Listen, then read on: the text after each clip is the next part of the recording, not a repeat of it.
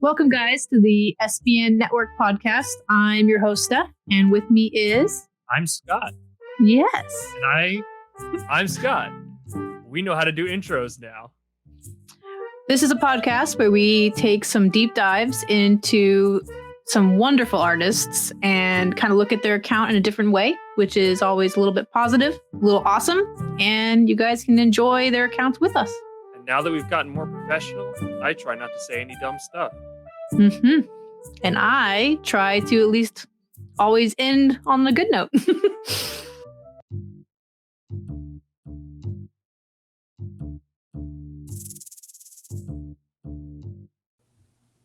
it goes. Scott's going to take his drink because that's how we start every episode. I just dripped it on myself. Well, I've never done that. That's my first time. It's my first time starting the podcast by actually dripping it on myself. Obviously. Just for Christian. We'll just absolutely my beard. Yep, absolutely. Welcome, Christian. Welcome to this show. Hi. We really appreciate you coming on too, because it's like kind of random for us to ask people in their DMs like, hey, do you want to come on this podcast and talk to Scott and I about how amazing your account is? And your account is one of the ones that I really love. When it pops up in my feed, I know it's you. And I love the different dark shapes, silhouettes, just like the way you shoot is very, how do you say it? Original, which is another word I like to use a lot, but I really enjoy when your stuff pops up because you take figures to a different plane. You don't need a lot of noise and loud and like all this other stuff. It's just you, the figure, and nature, which is cool. Yeah. You don't go over the top. It is like, well, it's over the top in a very natural way. But I didn't, I'm trying to remember. I could be wrong. I want to say that Amy actually introduced me to your account. I didn't know of your account. I think she had sent me a message a while ago. Wow, because I've been following you for a bit.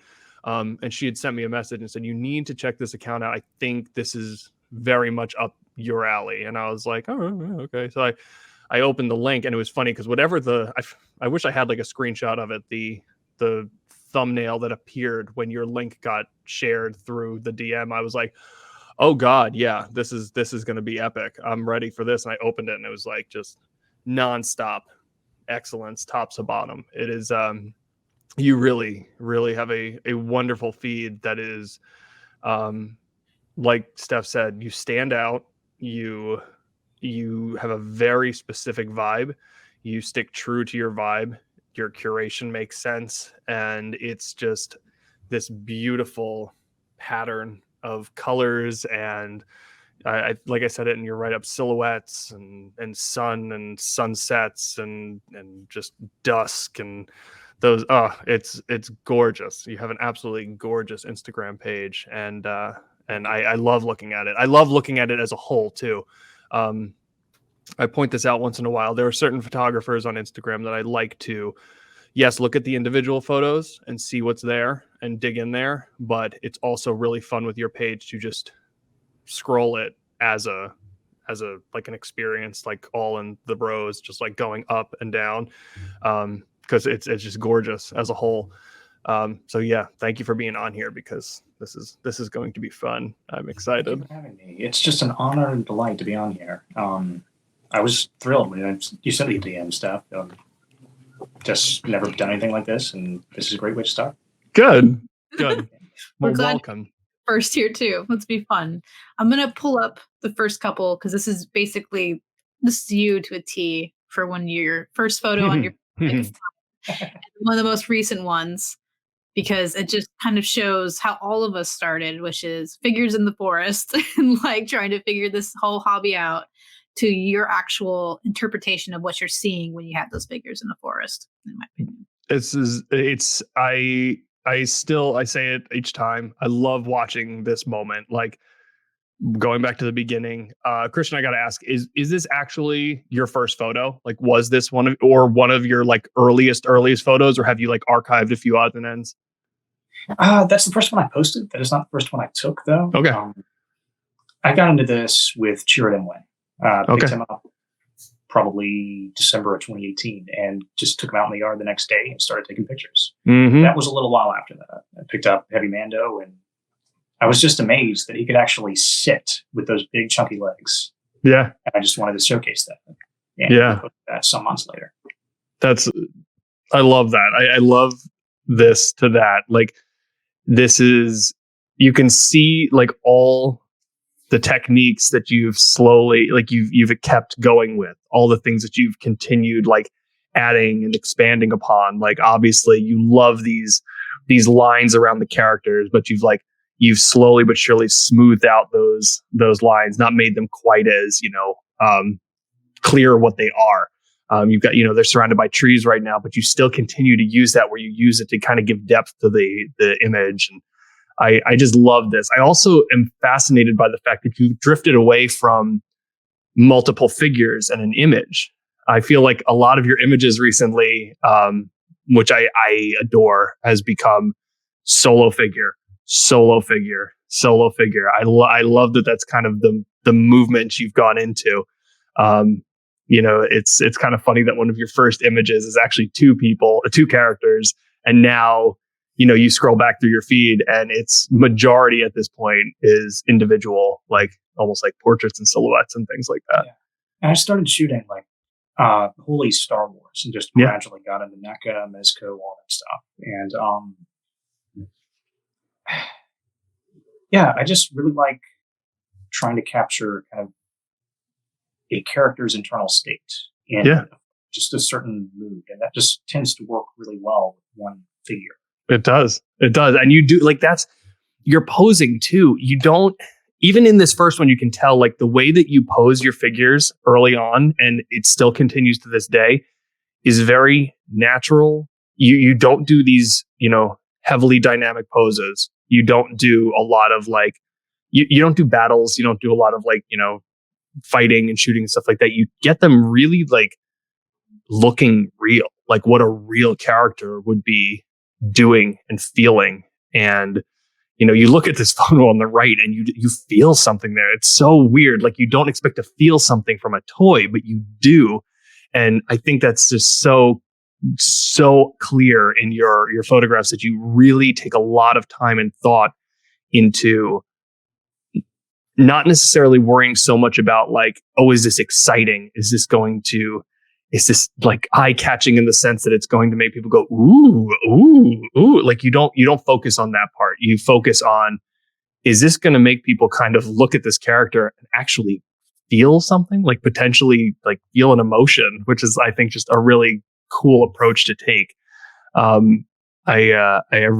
love this juxtaposition, because you can see your photographic style evolving, but you still, from the beginning, have tried to really capture the feeling of the character. Because I really like when I look at them on this first photo, it's like, there's feelings there. There's thought. Do you read the Hellboy comics too, Christian? Oh yes. Okay. I get the feel of your love for the characters. So yeah, actually, my introduction to Hellboy was the Mezco figure. My introduction to Mezco was Nosferatu. I actually got the T-shirt on right now. I have it too. I had it underneath my sweatshirt. Nice. That's like one of my favorite shirts. They're amazing shirts. Yeah. Yeah, it is. So I saw Nosferatu, and I started digging around on their site and saw Hellboy. I was like, hang on, I've heard of this character before somewhere. Why don't I look into this? And around the same time, I started talking to Patrick from Officer 20,000, and we started talking about Mignola's work in the Hellboy comics. And a combination of the figure and Patrick was what got me into the actual comics. And man, that's just still one of my favorite pieces of media there. Yeah. That's awesome. Were you, so out of curiosity, this is a real simple kind of just bare bones question, but were you a collector before you started doing these photographs, or did you kind of start like grabbing toys because you wanted to take photographs? So I tend to collect things. I've done that since I was a kid, and I had lots of like 3 3/4 Star Wars figures. Yeah. Like I grew up with Legacy Collection, Clone Wars stuff, all that. I put it down after a while, went through like a Dark Age period, and then just happened across at Five Below the Cheered Imway. I picked them up on a whim and was just amazed at how far the figures had come since then. And it just kind of started going from there. I just started my page, started seeing like people like Collector's Orbit and who else? Skink Labs, posting pictures of the NECA xenomorphs, and just loved that so much I picked some of them up and just kept on going from there. I love your xenomorph stuff. It's that's awesome too. I will be honest. I went Star Wars just because that's not what I do. But like I thought about it a little bit when I found out you were going to be on here. There's a comic book store by me that has a few of them, still like on pegs and stuff like that. And I was like, do I want to do this? Do I want to take this plunge? Because I considered it quite a bit because I love what you do with those. I love the vibe. It's amazing. That xenomorph is a figure that I can take out any time of day, any location, and get a picture that I am satisfied with. I just love shooting that so much. That or Hellboy are probably my favorite. And speaking, because I knew it was next. So let's just open the can of worms because we have to, because of course Steph freaking put this photo up to begin with, and we just have to start. What is your artistic background? Like, where do you come from? What kind of alien race are you? I'm just kind of curious, like what your situation is, because you have such a vision. You have such a freaking vision. Like it's more than just somebody taking photos of toys. Like you see things differently, and it's so brilliant. And I want to know, like, where do you come from? I grew up around a lot of visual artists. Okay. There's another all do wonderful work. This page was kind of my introduction to visual art, though. I always tended towards writing, reading. So you hadn't done any visual art prior to this, really? Not really. No, I paint miniatures for wargaming. Tabletop games like D&D, and I've done that since I was probably 12, 13. But that's the closest I ever came until I started the page. So you basically, your visual art experience is about a year and a half, and basically what we see. I'm gonna go throw up. I can't handle this right now. Oh God, you're amazing. Okay, wow. I'm overheating. All right. So that's incredible. That's absolutely incredible. I'm getting emotional. Your relationship with light is really, really special.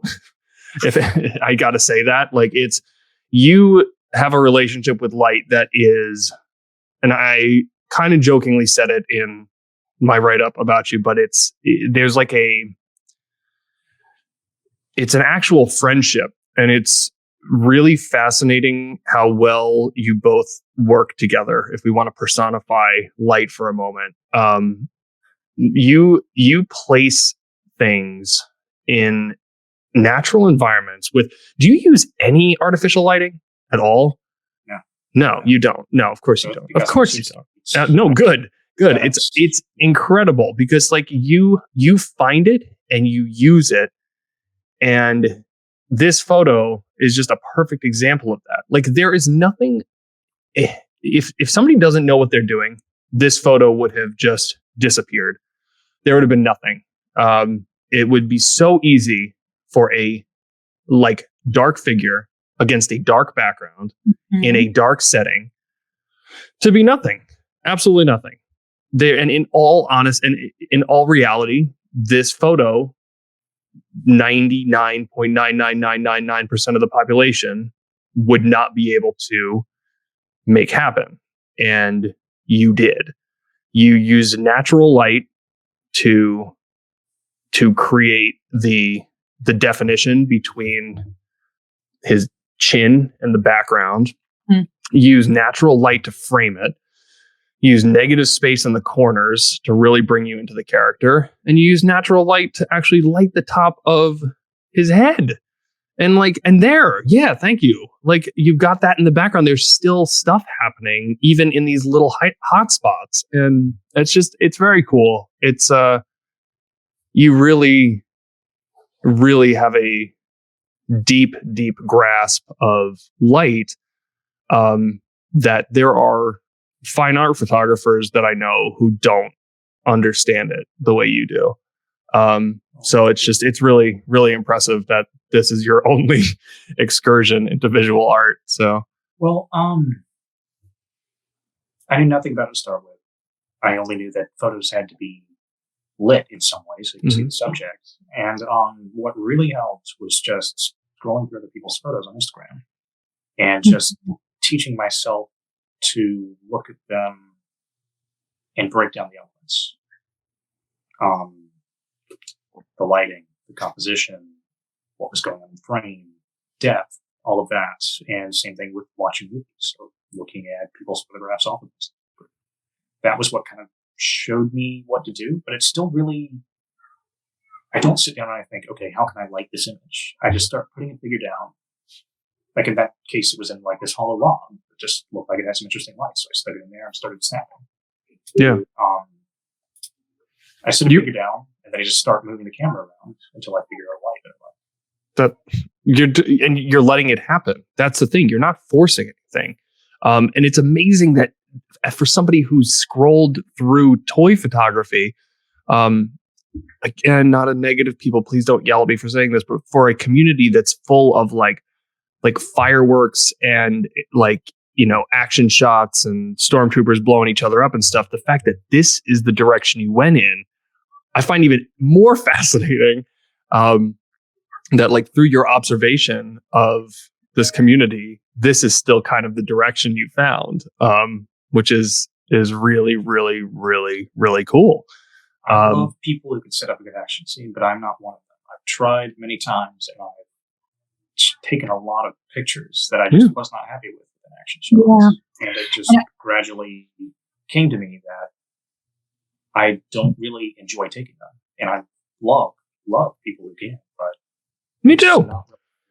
No, absolutely. It's just not it's not necessarily your thing. I'm also, but again, that's something that's really important as an artist in any field, is you should be observing people who do things different than what you want to do and what you do. You don't want to just work off of the people who are in your club, because there's no room for development there. You're not gonna grow at all. And that's been one of the things that I've enjoyed doing this with Steph, is it's forced me to do things that I haven't done before. Photography. Yeah, exactly.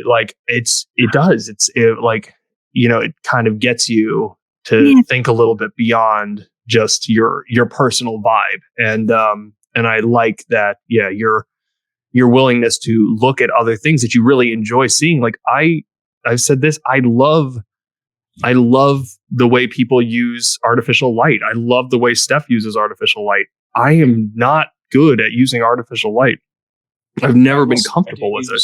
A bounce board quite frequently. Oh, like a reflector or something like that? Totally. Yeah, totally. Like a little piece of cardboard. Yeah. I have a reflector with me a lot, but I pull it out a little bit. Well with shots in the water around there, because you get the extra light reflecting off the water and then also so I'll use it in solid shots just to get a bit of detail in the figure. Yeah, well, because otherwise the figure just completely disappears. Do you in this shot? Sorry, go ahead. No, go talk about this shot. I'd rather that, because we can get to that later. One big thing that helped the lighting in this was just using canned air. Just holding the can upside down at the end of the log over on what would be the left of the image, and spraying some on the ground, letting it just kind of kick up and create like a natural fog effect in between the figure and the background. Yep. That just added a nice kind of layer between that dark background. Yeah. Absolutely. Gave something for the light to grab onto, and to hold onto. Because that is sometimes, with dark areas where light will just get absorbed by the darkest space that's there, and that's it. You don't get any more light. Yeah. Do you have a regular place that you go to take your photos? Like, is this a standard like location that you find little pieces like this? I used to I could go through my feed and just break down probably about half a dozen different locations, all within probably a half mile of each other. I moved about 6 months ago, and I haven't found a lot of good shooting locations since then. That's why you've seen a lot of just like grass shots from me recently. But I was able to walk to all of the shooting locations that I had previously to that, and really enjoyed just getting outside, getting a bit of fresh air, walking to the place, and taking some pictures. Sit out there and pose for an hour. We'll be okay. Yeah. Do you have like a spritz bottle? I was going to say because the wetness on his head. Do you spray him? I used to use it a fair bit. I tried to get good at taking rain shots. Sunset is really good effects, and he was one guy that I kind of saw early on and really enjoyed his style. So I tried to just capture some of that wonderful effect work and never could quite nail it. And I haven't used a spray bottle in a while, but yeah, if I'm looking to get just like a nice ooze on Xenomorph, I'll spray some. Mm-hmm. That would be awesome. Looks so good. There we go. Yes. There we go. Look at that guiding line. Good God. You know what's really interesting too, which I was going to play around with, but I just decided not to because I was like, this is not working and I'm not good at it. You angle your scenes a bit. You won't always do a straight horizon. You mess with, you try to create like a little more movement and motion and stuff. It's something I need to play with more, and I just haven't gotten myself to do it. I started playing with it when I was doing the photos kind of for you. I was like, you know what? I'm going to do it. I'm going to go at an angle. I'm going to try it. And I was like, I'm not good at this. I changed my mind. I'm going back. But you really are great at making the horizon kind of move with the character, especially if they. It looks great. You do it really well. Some people, it looks like an accident. It never looks like a mistake with your photos. One thing with that is all of my pictures are taken on an iPad Air, and an iPad Air has the camera in one corner. Mm-hmm. So when I'm holding the camera and I'm manipulating it by hand because I almost never use a tripod. Yep. Most of the time, that lens tends to go just to the bottom and kind of cocked. So it started out as an accident, but I really like the way just a Dutch angle looks. Well, I will tell you again, even if it was an accident for you, you make it not look like a mistake because, like I said, I feel like more than half of the time it looks like an accident or it looks like somebody just didn't know how to get their horizon straight. It always looks intentional with you. Like this, even the angle of the background right here gives a real sense that Mando is like kind of, he's trudging through the water. Like it's this feeling of like, ugh. It gives it kind of a labored feel where had it been level, it still would have been there, but like you added to it by kind of just cocking it. I guess my screen is this way, cocking it that way. It gave it that like he's going and he's like through the swamp, like kind of crushing it, like trying to go. It's it really is stunning. I always love the placement of your if you actually do incorporate the sun into the scene, you always place it perfectly. Like just always in a nice spot, like in over the shoulder, across the face, like somewhere that it matters. It again doesn't look like an accident. It looks like it's like a power move. And I really, really, I adore this image. It's fantastic. It's difficult to give a 6-inch figure a sense of motion, especially when you do more static poses like I do, or more subdued poses. So tilt is one way I really just try and add that sense of direction to the photo. Look at that reflection. Holy God. Like, look at that. Yeah. It's so clear. That was one of my favorite locations. And that's an advantage of the iPad because the f-stop, like the natural f-stop is really, really small, like 2.4, something like that. Yeah. And so when you're shooting an 8 on the iPad with no additions, you're going to get that all the time. Yeah. And what I do is I use an app called Focus. And if I want something blurred in the background, I go and I use that to just digitally add some blur. Amazing. And this further for people listening, I have to throw this little jab out there about people who obsess over their gear. Don't obsess over your gear. Don't obsess over your gear. Like this is proof. This is proof right here. Do not obsess over your gear. It's yes, it's fun to, get new cameras and get new lenses, and I've done it. I do it. I'm guilty. But like, have you used pretty much the same iPad Air like the entire time? Like you've never? Yeah, the entire time. I was actually out shooting this afternoon and was using the camera. So. Spending the money on the figures. That's perfect. That's yes. Because mezcos are expensive. Mm-hmm. We're on the way. What do you have on the way? Let's see. Solomon Kane. Okay. Conqueror, John Constantine, and then the Alien. Nice. Yeah. John Constantine's going to be amazing with your photos because he's so that world. I've moved to a more urban environment recently, so I'm really looking forward to exploring that. Yeah. I'll give it that because you and Patrick are so close, but Patrick's is like very Wild West, I lost something kind of vibe, where yours is like a discovery kind of thing, like they're coming towards a better place. So it's almost very both the same kind of really cool silhouettes and stuff, but two different feelings. So it's really neat that you could still have like, it's almost a joy because the sun is coming out of Mando than other things. And that's really cool. So that's actually something I try and capture a lot in my photos, especially ironically of my Xenomorph. Or with my Xenomorph photos. It just captures that sense of something alien, something unknown. It's something on the verge, not of discovery, but of awareness, maybe. Yeah. Just really interesting there. Yeah, because I believe Lobster's really good at this, at capturing things that are lost. Just kind of like despair. It's a little bit of like, you guys are like the opposite ends of the spectrum, but the same very cool vibe with the same kind of figures of Hellboy's a good example. And he took some really, really good shots inspired by Blood Meridian, Cormac McCarthy's novel. Those I just look to in awe. Just the way he uses depth in those photos. Mm-hmm. You use depth pretty well too, Christian. You're doing just fine. I think it's more. So I love that. Like, again, this reminds me. So Star Wars. Got to talk about Star Wars again. Here I go. One of the most beautiful. Shut up, Steph. One of the most beautiful things about Return of the Jedi, and one of the things that always bothered me.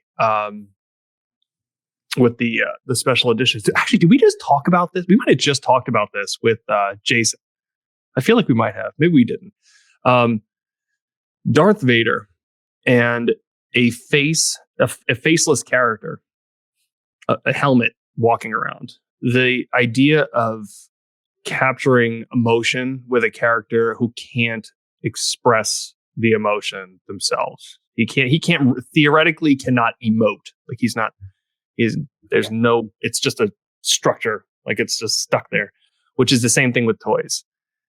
Like, but this character, its facial expression is unchangeable. This is a mold that came from Hasbro. It is what it is. You are able to give it feeling other than what, in my opinion, comes out of the package. Like I've seen this figure. I've held this figure. I know this figure. I collect Star Wars toys. But this, you manage to give it a different expression than what it came with. And I think that is what is so cool about what you do. You manage to make these characters show an emotion, even though they're a piece of plastic or resin or whatever it is, rubber. I don't know. But I gotta say that about this photo. Like we're not even working with a pose. You're only seeing from here up, but I feel something there. It's amazing. It's amazing. I took that shot actually after I touched up Cal Kestis' head. Cal is one of my favorite characters in Star Wars, despite having never played the game. Yeah. Just really like the gap that we see bridged with them between Clone Wars, which is one of my favorite pieces of Star Wars media, and the original trilogy. And I was inspired by the Ilum caves that goes through about halfway through the game. I wanted to capture just the scars and just the sense of almost like a baptismal, where he's coming up out of the water, he's feeling a sense of rebirth, just coming out of that hole he's been living in. So it's so good. The water is lit around him, like it's gorgeous. Like it's lit around him. Like you think about things like his head is hanging out in a light spot, like in the back. He's not against a dark spot, and he's got the light around him, circling him. And it's, God, it really is. It's pretty remarkable. And that was just in like a drainage ditch in a giant field that had been cleared recently. And it started raining. I went out after the rain and took that picture, just stuck it down in the ditch. Isn't that the great thing about toys? I will say this, photographing toys, it's one of my favorite things about photographing toys. And I will say this as somebody who's photographed full-size people for more of their life than they photograph toys, is anything is a scene.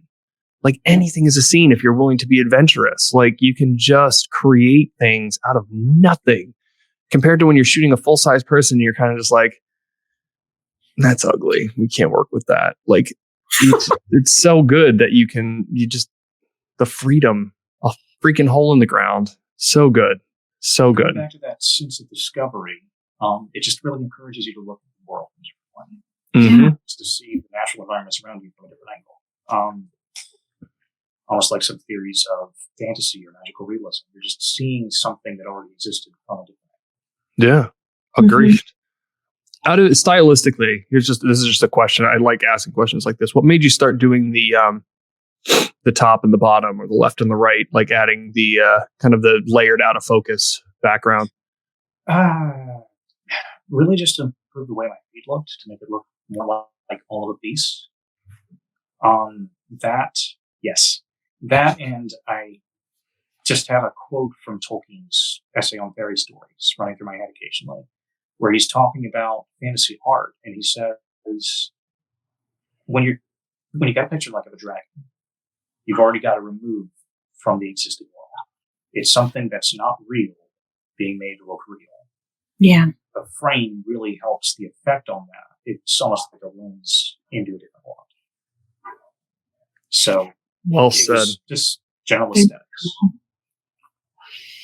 Brilliant. Well, it's good. Like I know I'm a huge advocate for not letting Instagram decide how your photographs get presented. So like, that's why I was kind of curious, because that's something that I've been still have very, very strong opinions about, and have had very strong opinions since before I did toy photography. I've always had an issue with the fact that, it kind of makes decisions for you. And by doing this, you've taken the power back. So well done. I started taking, I started using the border on my photos. When I went through a phase where I was shooting like everything in landscape rather than portrait, as I had been before. And landscape does not mix well with Instagram's layout. So I just wanted something that would give me more freedom and would still look good on my feed and in someone else's feed. Absolutely. Love it. I absolutely love it. So that little highlight on his head too is beautiful. It's like off to the one side. So all the bubbles. The bubbles. So too. Just like the way you use water. You're not afraid for it to look murky, and horror fantasy is it's a good genre for you. Yeah, that's my favorite genre is horror fantasy. So. Yes. That was the day after I got Nosferatu, and I just walked out to an old stump, got that golden hour lighting behind them, and started taking pictures. I watched it like 4 times before the show just to like go back to it because it's so cool. Oh, good. This black and white, and again, we'll talk to you. We can reiterate your use of your placement of figures and whatnot, but I mean, the blacks and the whites are absolutely remarkable. Like, I mean, his lighter head against that black tree trunk. You know, and I know you say like you kind of just you set up the figure and you start moving around, but it's your visual radar is so fine tuned. It's so clear that it guides you, and there's just nothing wrong with this image. It's like the rim light along I guess it would be his left arm going down the side. Like, for the love of God, man, like these are things that, again, maybe you're not sitting there thinking to yourself like, oh, I need to make sure I do that would be weird if we did that. But the fact that your brain just guides you through that so correctly, it's remarkable. I've got these general images in my head when I do shit. And really before then, like, I take a lot of pictures kind of around similar topics, like xenomorphs against sunset, kind of like a night look to it, like thinking of Princess Mononoke. And I've got that general image in my head, and I just play around with it, almost like I sit the figure down, I've got the sun behind it, and then I'm just taking something pretty general and just editing it down until it's what I want in the frame. Yeah. So well, that was kind of what happened with that. It's his posing too. I mean, and Steph could probably speak better to this than I, because I've never held this guy. Like, I don't know his posability and stuff, but I mean, just that whole head cock and like the way you have it, it's just it's so good. It's so good. And the buttons. Oh, you can see all the buttons. Oh my God. Like, I could go on for days about this freaking photo. And given his source material, I look at that and just the visual effects they used. Like, they used everything from double exposure to stop motion, every trick in the book that they had at the time. Mm-hmm. And I wanted him to look almost like he was that really jerky 20s stop motion. Mm-hmm. I think Amy did something similar when she saw her Nosferatu series, and that just kind of stuck with me when I got the figure. Amazing. Absolutely amazing. I do enjoy that you still use black and white photos too, because they're rare nowadays. Everyone is so overjoyed with just blowing like the big color splashes and everything like that. So when I get to see one and is one that's done well, like, I love that you're not afraid of contrast, because it's my favorite thing to do in my photos is just to up that, because I like a dark photo. Yeah. When this popped up, I was like, I pretty much made a noise that probably shouldn't have come out of people, because I was very excited that this is occurring. This is gorgeous. I make animal noises all the time. Yeah. Have you seen The Cabinet of Dr. Caligari, which is the film that came out around the same time as Nosferatu? Because that has contrast, very similar. Or it uses contrast in a very similar manner to what you see here. So interesting. Christian, what's your favorite film ever? What is it? Princess Mononoke. Hayao Miyazaki's Princess Mononoke. Okay. Yeah. That is number one. You said it so confidently too. Goodness gracious. Oh yeah. Good. That's funny. I'm a Nausicaa girl myself, so that's like I could see like the different foresty elements in yours, because there's a lot of stuff going on in that film too. I love how his films are just like him thinking about the same themes in slightly different ways. It's just, I love watching his progression in thought, almost from Nausicaa to Castle in the Sky to Princess Mononoke, and then Howl and Spirited Away. Yeah. They're just gorgeously done. They need to make more figures so that those can go. They do. Top of my list is San and Ashitaka. Yeah. Oh, going back a bit. They're older. It's fun though. Like I said, I love going back to the older stuff, because you see still it's like you get to see the direction somebody was heading in. Like, it's like an unrefined version of what your goal is, like what your end game is. And like, you're not there yet. I'm not there yet. Steph's not there yet. Like, until we give up, we're not at our end game. So like, exactly.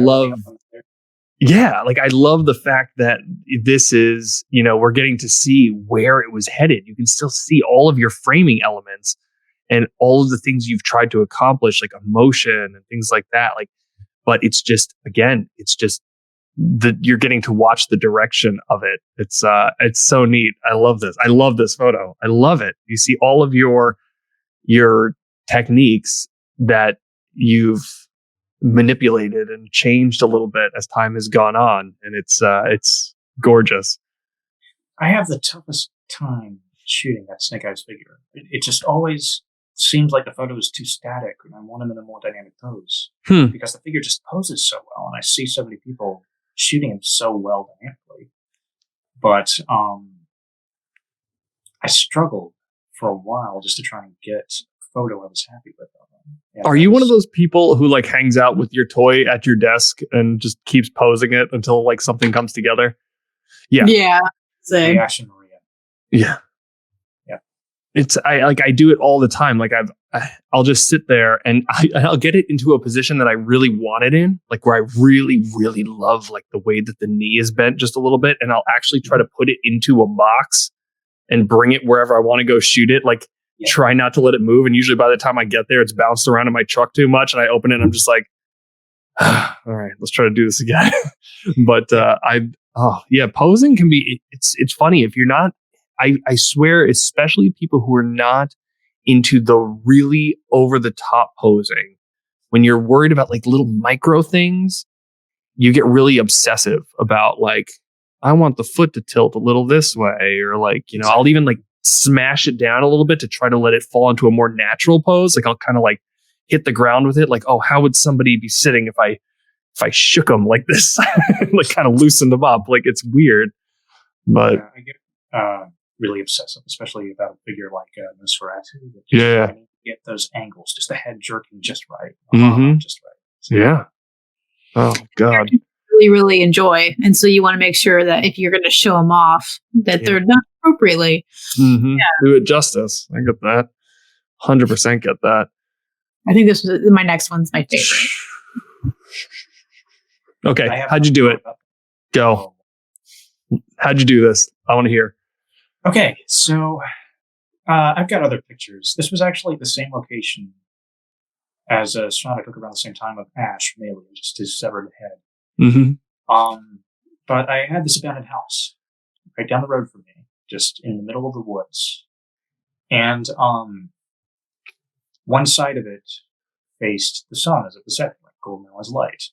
So what I did was placed Pale Man on the outside of the house looking in. And I actually positioned the spider webs and the grime on the wall, like even cleared away a bit right around his eyes. So you got that effect of him just looking in the window through all those layers. But what really made that pop was when I went back in Lightroom and started adding contrast and changing blacks. It's just phenomenal. I love this photo. I love this photo. I'm just staring at it. It's you did, yeah. Do you use Lightroom a lot? Is that pretty much your sole editing software? Okay. Do you ever use full Photoshop, or is it really just a Lightroom thing? Just Lightroom. Lightroom, yeah. I really like the colors you can get out of that. Yeah, Lightroom is perfect. Lightroom is like what most people need. I really don't bounce stuff into Photoshop unless I have to do something way over the top, where it's like I want to put in effects or something like that. Exactly. Photoshop for me is for that, or for layering, or for adding a background. So exactly. Do you have a pen for your iPad to do it? I do have a stylus. I use that if I'm using it in Focus, but I'm actually working with the free version of Lightroom, so I don't even have the ability to manipulate like individual. Interesting. Or just small areas, lighten, darken, whatever. So, interesting. I always find it, I have it on my, like even on my phone in Lightroom, that with your finger or with a stylus, it's so much easier to edit than on your computer with your mouse. I don't know what it is, but it feels like a foreign thing trying to move it around. It does. Really like just, I actually do something that I don't think a lot of toy photographers do, which is I usually edit my photo, or at least start editing my photo in the field. When, like right after I take the photo. Since I'm shooting it on an iPad, I've got Lightroom available right at the moment. That makes a lot of sense. I'm in the same mood as I took the photo, and I just start running through presets and go on from there. Interesting. That's actually why some of my photos end up black and white, because with every photo I post, I try running it through one of my black and white presets before I post it, just to see how it looks. Mm-hmm. Cool. That makes a lot of sense. Yeah, I don't. It's, as you know, shooting on a camera, I don't get to do any editing. I sometimes won't even look at the photo. Like, I try to look at them the same day, but there are times where I do the photos and I don't get to look at the photos until like that weekend or something like that. Like, maybe I get to spend like an hour after work on a Wednesday, but then I don't actually look at the photos and edit them until Friday night or something like that. So it's I really love that you get to be in that moment still. Like, you don't have to remember, like, what was this supposed to look like? What was I thinking? What was I feeling? Where was my brain at this point? Like, because I'll do that. I have to actually like remember, like, what did I even want this guy doing? Like, what is happening here? And sometimes that's really good, because you look at a photo completely differently. That is true too. New approach. Ability to try it out when I actually shoot. Something I love about this photo, the more I'm looking at it out of the corner of my eye, there's this feeling that like those webs and stuff are kind of creeping in and closing, like it's about to close up, like a doorway. Like he's peering through, like right at the end, as everything's just kind of like closing up, and it's just going to go all black in a minute. Like, I feel like I'm being like swallowed. It's a little bit like unsettling. I'm enjoying it more as I'm watching it. Like, I feel like I'm getting absorbed into it. Like, and that works in the context of the film too. Oh man, that is really cool. God, what an image. Just like the way all the little dark pieces around the outside, just the actual capture of it with his fingers out is just, it's so cool, Christian. It's not even like, I can't even say another word for it. It's just like, it popped up when I was scrolling through. I was like, pfft. I think I hit it to my stories like right then and there too. So you probably already knew it was going to be a show. That was the first time I thought of that picture in months. It was just like, oh man, I did take that, didn't I? That's one of mine. Cool. It's so cool. Oh, we're going to go into the instability of. Here we go. Oh, this is so. Attack on Titan picture for it. What is that thing? Can you tell me what that is? Like, I don't even know what that character is. It's so creepy. Christian, it's because it's relevant right now. Yeah. Yeah, it's a Nendroid. It's an Nendroid. I knew it was an Nendroid based on its gigantic head. Mm-hmm. It's from Attack on Titan, which is an anime. The last season's out right now. Yes, and Steph, that is my absolute favorite anime. Is it? Yes. Oh, I'm so excited. I didn't even know. I was trying to like look through all my figures and like, what do I have? I mean, I have the Fawn from Pan's Labyrinth, so I was like, maybe I'll go that route. I'm like, no, I really want to do something kind of. I love the way that it almost looks like you're viewing your world on the outskirts, and they can't see you because they're always kind of looking away or doing their own thing. So I was like, I have to do this the right way. And right now in this anime, these giants are basically marching to destroy everything. And so it's just like I had to capture that of them just kind of like doing their thing. And I never photographed this Nendroid like in probably 3 years, like as long as when it came out. So I was very excited for this.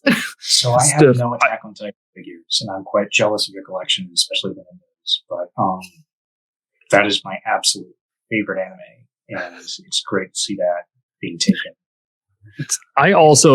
I have to say, Steph, the fact that you thought enough to do a profile shot, that is such a huge thing with Christian's work. Like, it's this photo. I swear, if you had had him facing forward, I would have left. I would have just been like, nope, Steph doesn't know what she's doing. No, I'm just kidding. I would not have done that. But like that profile, so important, so important. It's like you said, the walking away. Mm-hmm. Mm-hmm. Freaking phenomenal. I added borders too, which I never do. I've only done it like one other time. And then I had to use the thing to add like a material edge to it because I wanted it to look vintage. Because it's almost when you watch those scenes right now during this season of them marching, there's like that feel of like it's like narrowed scope. And you have a lot of images where they're like this way narrowed, but they're like, you have like a very thin like view of what's happening. And you do a really good job. Yes, Steph. The way they've shot that, Mappa just keeps hitting it out of the park each episode. And I've been screenshotting a lot of those scenes just of the Colossal Titans marching. for reference. And yeah, that's a great one. Do you get influenced by films and anime and things like that? Is that like a big thing that gets your attention? Yes. So you're like one of those weirdos like me who say they're like watching a movie and like misses part of the movie because you're so obsessed with the fact that something was framed a particular way, and you're like, wait, what just happened? What just happened? Like, yeah. If I'm watching a film like Alien, say, I'll just watch that just to see how Ridley Scott frames his shots, because he uses just those really deep camera shots, and you'll see something happening in the immediate foreground while the actual action is taking on in the background. So late Bear Trap, and I imagine I'll talk about this later because the one discovery shot that we have was inspired by this loosely. Took a shot of an alien in silhouette against the sun, and it just looks so gorgeous, and I wanted to duplicate that. So that's what a lot of lost my train of thought, but really like that shot. Really like how people like Bear Trap played with focus, and how Ridley Scott played with focus. Yeah. Scott's next. Yep. Had so much fun with this shot, and you've got that sky. Had so much fun with this shot. I will tell you, I have not spent a lot of time as a toy photographer during golden hour. And I will tell you, because golden hour tends to fall around the time my children start going to bed.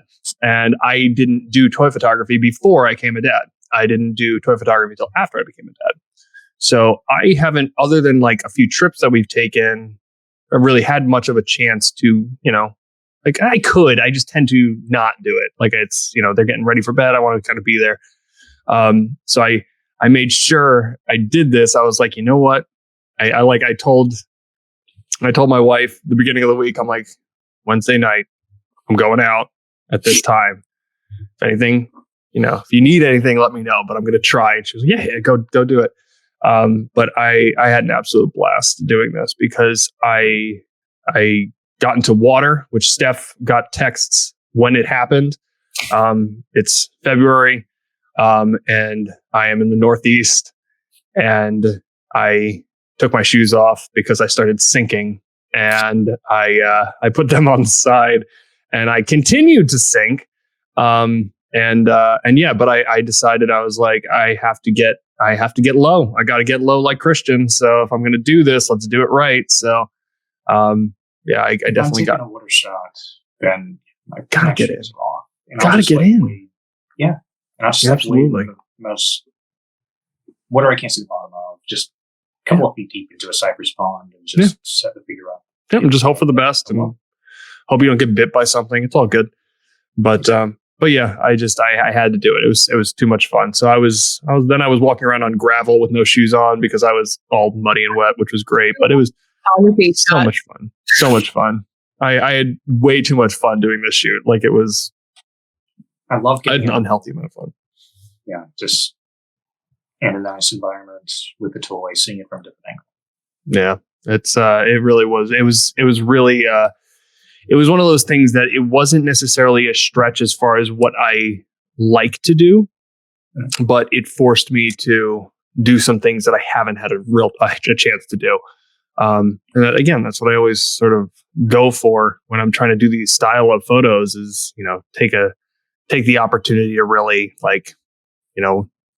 feel it and try to feel like that photographer for a moment. And oh my gosh, one of my favorite things, I was obsessing because of the photo we talked about where you can see the buttons on Nosferatu's shirt, going down the front. I was really adamant about making sure we could see the knife in this photo and that it didn't disappear.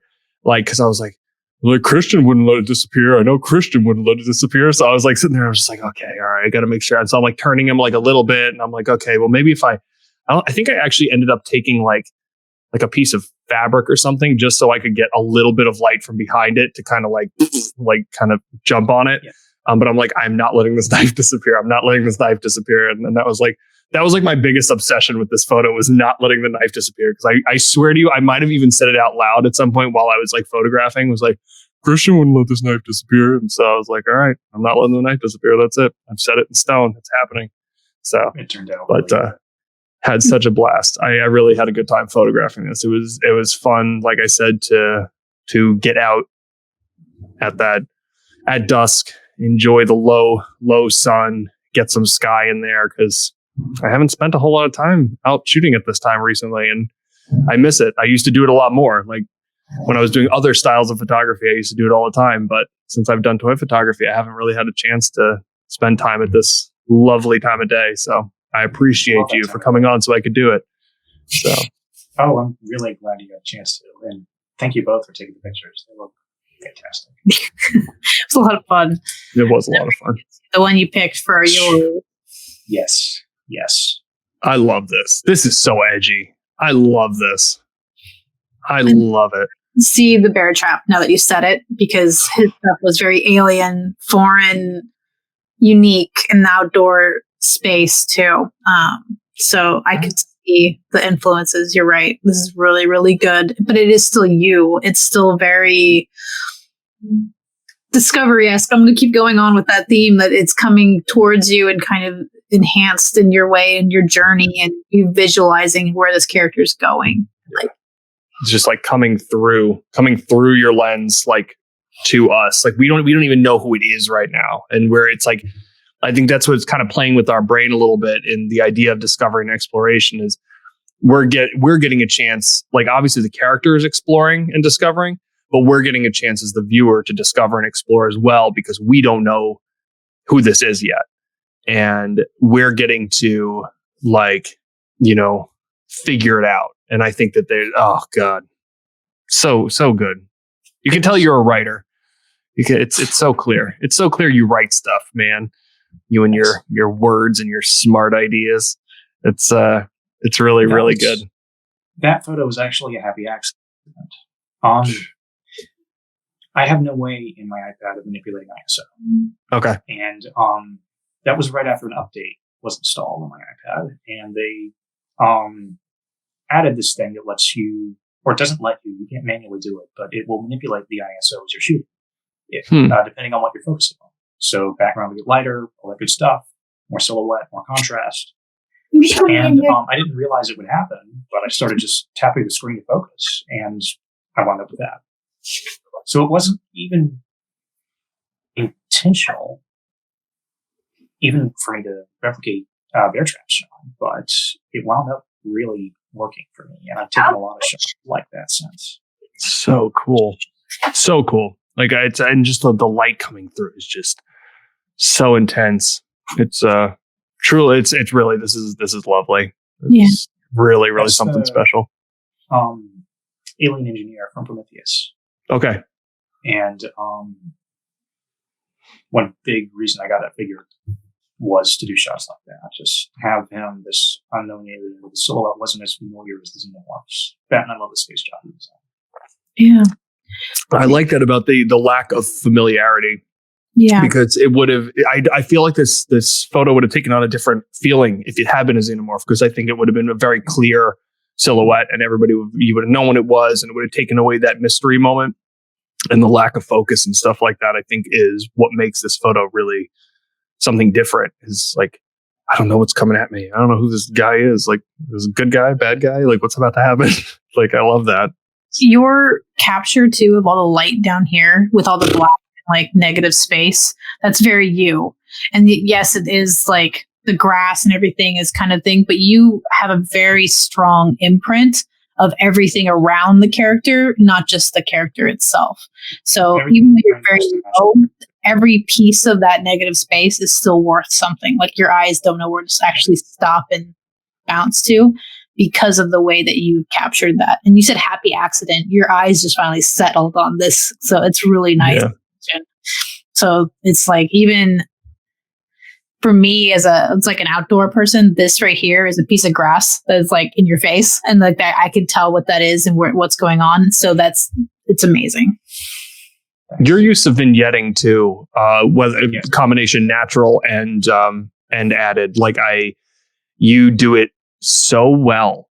And I am not always a fan of really aggressive vignetting. I don't always love it. I know there's photographers who truly have a rule, every single photo that they edit, they will always do 10% vignette, 15% vignette. Like they have like rules about that. But like, I love sometimes it's just, it's a little bit more just the natural vignette of the lens. And then sometimes you really like bump that up to like really drag you in. It gives you kind of like, I don't know, like almost like your pupils like dilating. It gives it kind of like that effect, which I just think is so neat. And you have one specific one. We didn't talk about it, and I don't even know the character, like thinking back on it, but it's very golden looking.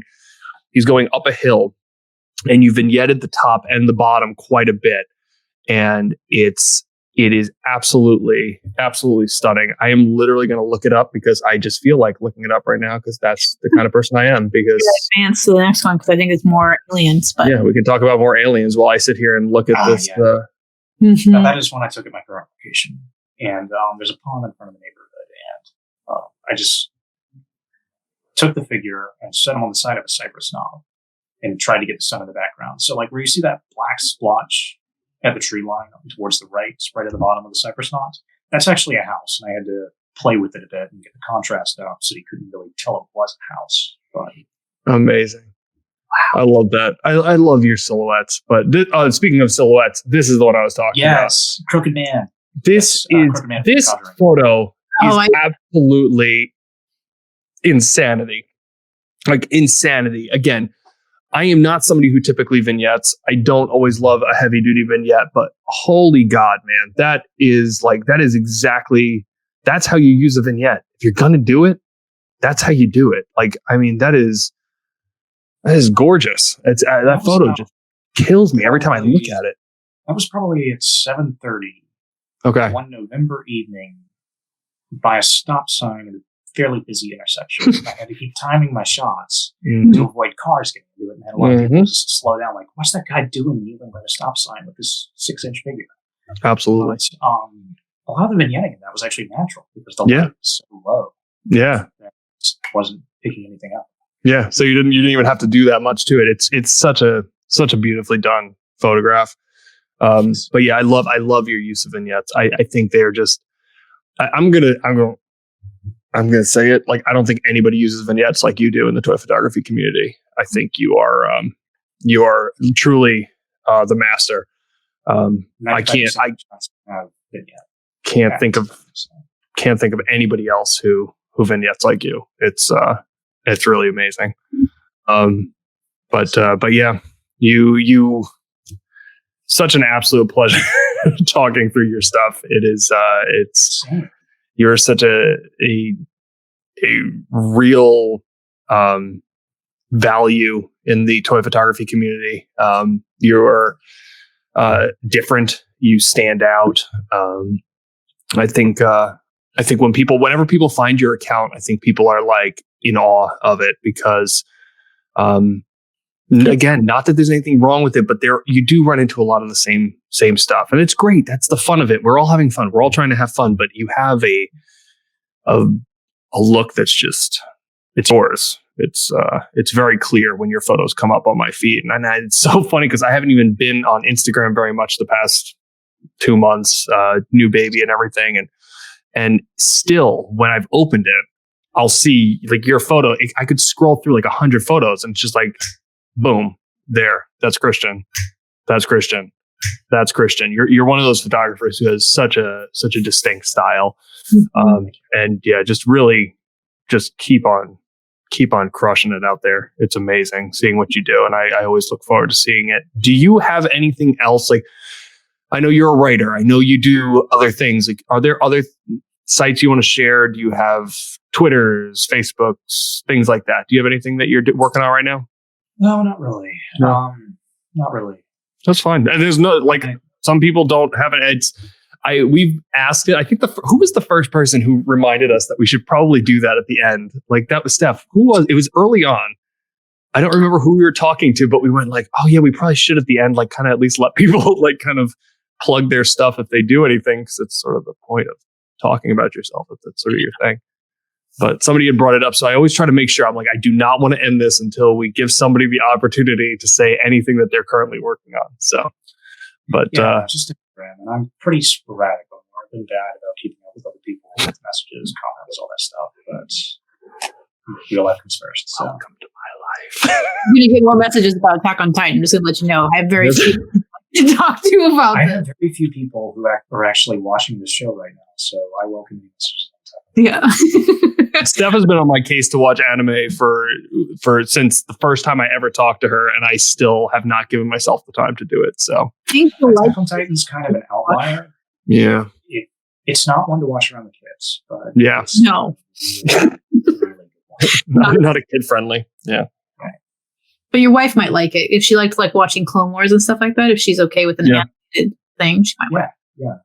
And give it a while because it becomes something that is not evident at the start. No, it goes through a lot of different changes, and interesting. It just keeps getting better. Interesting. I like that. Very unique to anime, which is why I'm surprised. I'm glad it's your favorite. Oh, I love that. But Christian, seriously though, thank you, man. Like, I appreciate you for coming on and chatting with us. I know that can be a little weird to just like, sure, I'm going to get on and talk to these people for an hour about myself. But really do appreciate it. And I love everything you do. Anybody watching, if you have not followed Balance in the Toys, for the love of God, like follow it immediately. Name is Balance in the Toys. It's so good. It's such a good name. But yeah, you get on that. Originally just a pun. Oh, Balance in the Force. But it's so good though. And I just went with that. But I love it. It kind of works with the contrast. So you nailed it. But seriously, thank you. And yeah, everybody please follow Christian. If you don't, you're missing out on some really good stuff. So there you have it. I really enjoyed it. You're more than welcome, Christian. All right, I'm going to hit this button, but don't go anywhere. Hold on a second. Cheers. Well, y'all, thank you for listening to another wonderful episode of the combined SBN F-Stop Rebel podcast. Truly a pleasure. I hope you enjoyed everything. Remember, please do not grow up. It's a waste of time. I am Scott, F-Stop Rebel, and there's obviously Steph. Yep, I'm still here, and you can find me at Slag My Thrilla or the SBN. You'll see all the credits on the end, but I always want to say, just guys, stay awesome and keep it up.